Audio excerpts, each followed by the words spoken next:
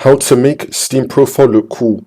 So first we're going to go to the Steam point shop. So hover over store and then click on point shop. Now once we're here, you want to scroll down and then select backgrounds.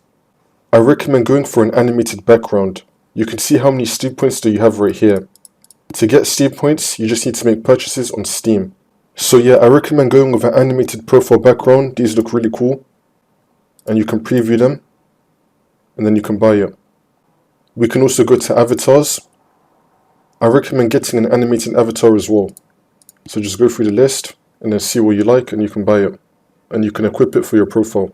If we go back to our profile, when you get to level 10, it's going to let you add a showcase. Level 20, you can add another showcase. This goes up to level 50. So once you reach level 50, you can add up to 5 showcases on your profile.